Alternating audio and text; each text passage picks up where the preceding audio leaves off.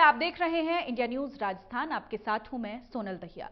खबरों की शुरुआत करते हैं। राजस्थान में पिछले 2 बार से बीजेपी लोकसभा की 25 में से 25 सीटें जीत रही है और इस बार भी प्रदेश में बीजेपी के पक्ष में माहौल नजर आ रहा है, क्योंकि हाल ही में राजस्थान में कांग्रेस को सत्ता से बाहर करके बीजेपी ने सत्ता हासिल की है। 15 सीटों पर बीजेपी अपने उम्मीदवार उतार चुकी है, वहीं कांग्रेस अभी भी मंथन में लगी हुई है। लोकसभा के चुनाव के मुद्दों की बात की जाए तो जनता राम मंदिर, महंगाई, बेरोजगारी और विकास पर बात करती है। साथ ही प्रदेश भर में जो राम को लाए हैं हम उनको लाएंगे का नारा भी गूंजता हुआ नजर आ रहा है। इस बार लोकसभा चुनाव में देखना यह होगा कि राजस्थान में बीजेपी क्या अपनी जीत की परंपरा को बरकरार रख पाती है या नहीं। लोकसभा चुनाव का बिगुल बज चुका है। राजस्थान में भी बीजेपी ने 15 सीटों पर अपने पत्ते खोल दिए हैं और कांग्रेस की लिस्ट का इंतजार किया जा रहा है। लेकिन क्या कुछ मुद्दे रहेंगे? कौन लोकसभा चुनाव जीतेगा? कौन देश का अगला प्रधानमंत्री होगा?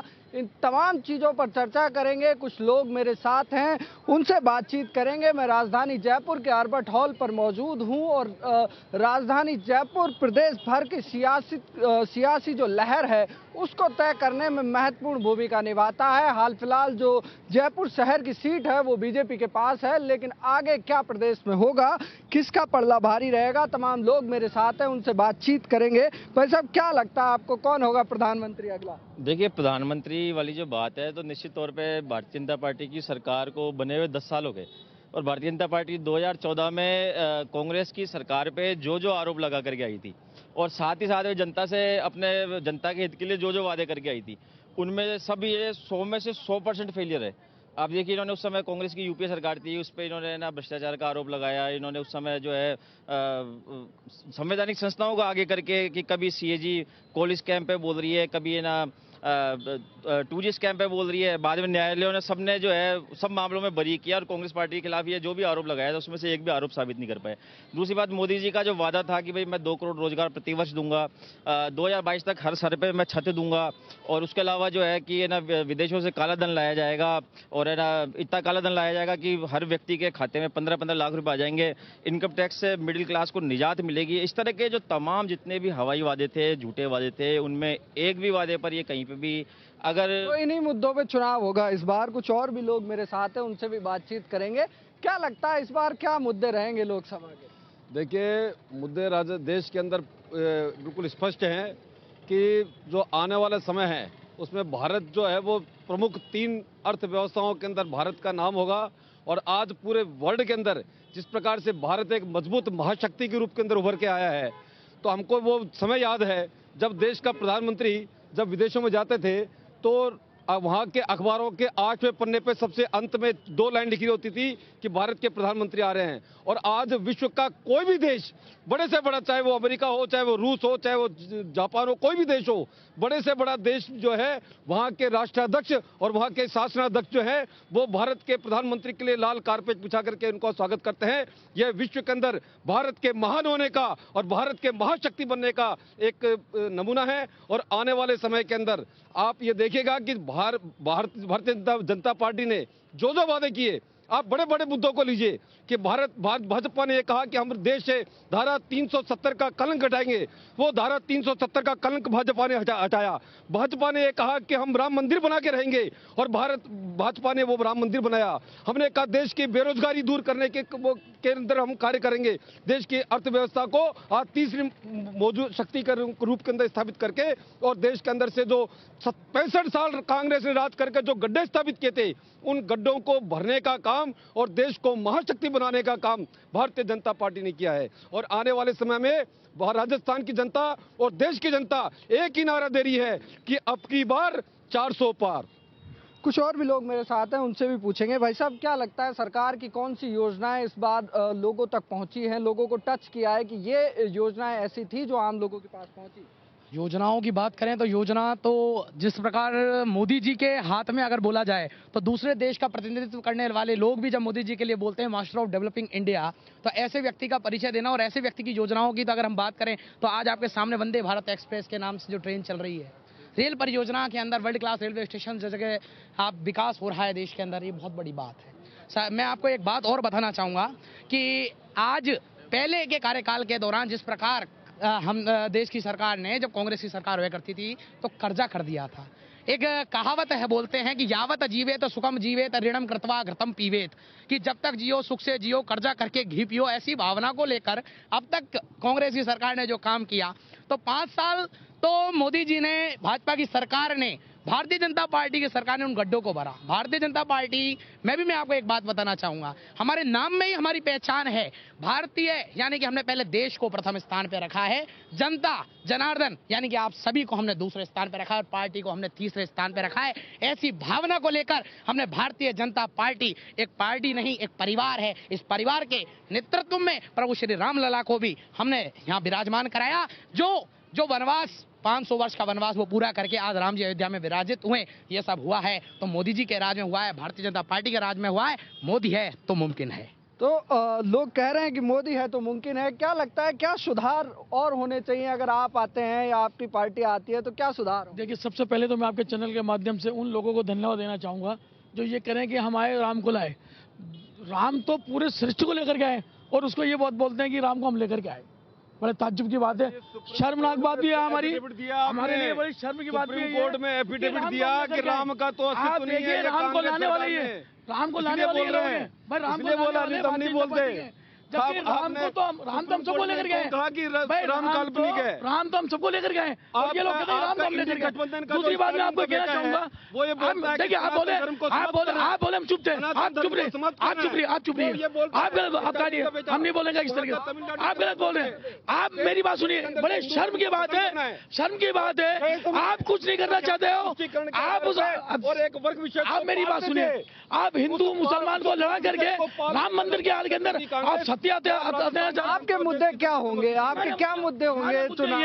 हम आपके चैनल के माध्यम से कहना चाहेंगे कि जो राम को लेकर गए, हमें बड़ी शर्म आती है इस बात को सुनने में कि राम को लाने वाले बेरोजगारी से क्या रहे।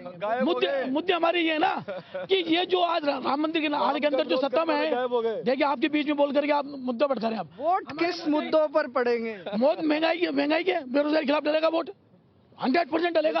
ये काले धन लाने वाले देख कहाँ गए? नहीं, आप अलसुन की बात कर रहे हो, आप गलत भटका रहे हो मुद्दों को। मेरी बात सुनिए, आप मंदिर के हाल के अंदर सारे हिंदू समाज को एक जगह करके सत्ता दिलाना चाह रहे हैं और आपने 400 के पार, उसके बाद में दलितों का, SC/ST के ऊपर आपका सबसे बड़ा हथियार होगा उनको आरक्षण खत्म करने का। आपकी जो लालसा है वो ST/SC वोटों को नुकसान पहुंचाने की। ये बात देखो, इन्होंने अपने मुद्दे क्या मुद्दे? बड़ी बात, एक मिनट, अरे मेरी बात सुनो।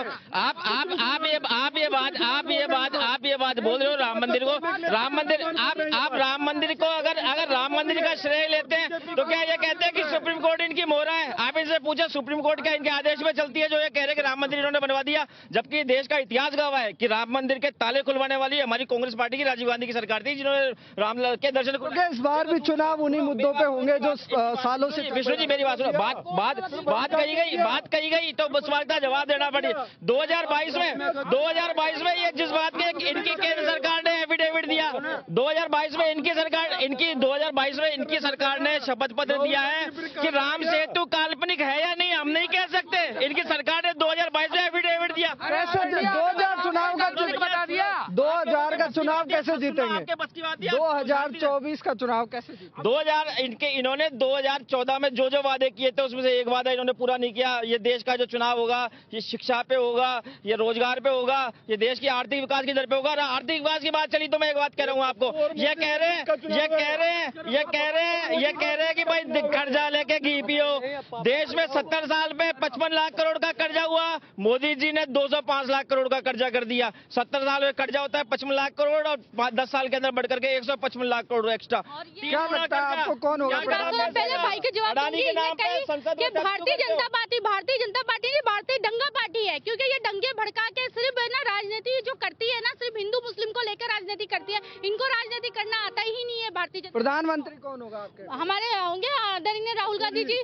पप्पू जी नहीं राहुल गांधी जी होंगे। मोदी जी क्या है? फेकू जी और है ना बोल बचन है फेकू जी, और इंडिया सिर्फ बांटने की राजनीति करते हैं, मजहब के ऊपर से अलावा कुछ नहीं। आप देखो स्मृति ईरानी जब गैस की टंकी जब 50-60 रुपए कांग्रेस दे रही थी, जब गैस की टंकी आज 100 से 100 से पार है, ये तो सिर्फ देश लूटने आई है। और इनने ये बात कही थी, मेरी बात बात सुनो, इनने ये बात कही थी कि आज हमारे देश भर में प्रधानमंत्री जा रहे हैं या बेचने को जा रहे हैं। आप देख लो, अडानी और उसने पूरे एयरपोर्ट को रोक लिया था, मतलब पब्लिक से ज्यादा हो गए उन लोग। पूरे एयरपोर्ट को 10-15 दिन के लिए ले लिया, क्या बेच दिया अडानी और अंबानी के हाथों में। देश बिक रहा ही है।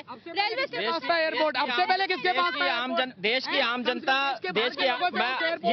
देश का जो गरीब वर्ग है, मैं आपसे, आपको क्या लगता है कौन सी योजना आपको? मैं आपको एक बात बताता हूँ भाई साहब, मैं हकीकत में बयान नहीं, मेरे 5 भाई और हैं, उनको भी पूछ लो। नाम से कोई नहीं, धर्म से कोई नहीं।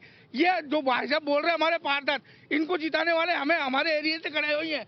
ये हमसे नाम पूछ रहे हैं। पहले मेरी बात सुनो। आप मुझे ये बताओ, ये पार्षद का चुनाव नहीं है, लोकसभा का चुनाव है। पीएम बात सुनो, जिस पार्षद को हमने कुछ और भी लोग हैं। आपको क्या लगता है प्रधानमंत्री कौन होगा देश का? हमारे प्रधानमंत्री मोदी जी होंगे। मोदी बनेंगे प्रधानमंत्री। आपको क्या लगता है भाई साहब, अब ऐसी कौन सी योजनाएं हैं जो इम्प्लीमेंट हो रही हैं, या फिर कौन सी योजना जो सरकार इम्प्लीमेंट होगी ना? काला धन वापस लाएंगे, जीएसटी लगाएंगे, दादागिरी करेंगे, मंदिर वहीं बनाएंगे, 400 बार लाएंगे। ये बेतुके जुमले। नाम क्या? देखो आप इनके आते देखो, बीच में बोलने के आते थे ना, मेरा नाम गफूर मंसूरी। ये कुछ मुद्दों की बात करो, ये बात करवाओ, मुद्दों से बात मत करो। सिर्फ ये मैं आपको भारतीय जनता पार्टी के पास 3 हथियार होते हैं राजनीति करने के। एक तो मुसलमान, और एक कांग्रेस ने 70 साल में क्या किया, और एक पाकिस्तान था जो शहीद हो गया।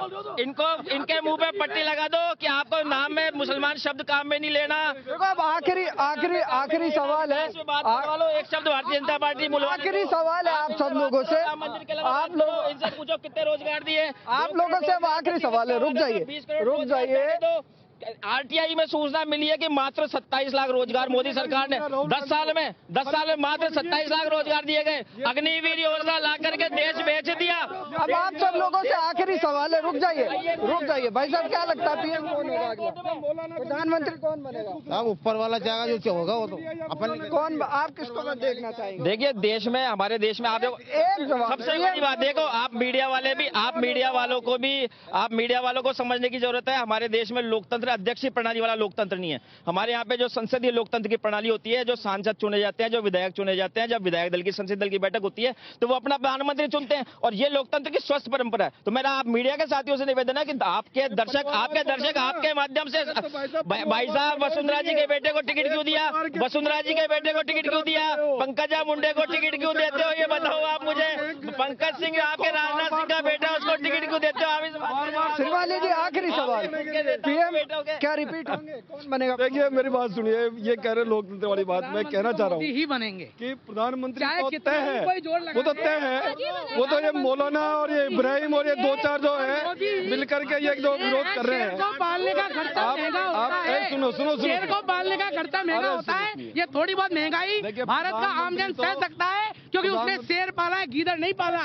और प्रधानमंत्री तो ठीक है, ये बोल रहे थे पप्पू के लिए कि पप्पू नहीं वो पापा है, तो नरेंद्र मोदी उनकी संतान हो ना। हमारा तो बस हम नरेंद्र मोदी जो है, जो हमने जो राम को लाए हम उनको लेके आएंगे, बस हमारा यही है। राम जी को याद कर रहे हैं, हर जगह भगवानों की पूजा कर रहे हैं, पहले क्यों नहीं करते थे आप? देखिए देश भर में लोकसभा चुनाव को लेकर बिगुल बज चुका है। तो तमाम जो पार्टियां अपने अपने दावे मुद्दे रख रही हैं, लेकिन कहीं ना कहीं जो बात निकल के आती है वो यही है कि देश में चुनाव राम मंदिर पर, महंगाई पे, बेरोजगारी पे, इन्हीं तमाम जो मुद्दे हैं उन पर ही सिमट के रहेगा। प्रधानमंत्री को लेकर लोगों की भावनाएं जरूर देखी जा रही हैं, लेकिन कहीं ना कहीं अब लोकसभा चुनाव का जब परिणाम आएगा उसके बाद ही चीजें साफ होंगी। कैमरा पर्सन मनोज के साथ विष्णु शर्मा, इंडिया न्यूज, जयपुर।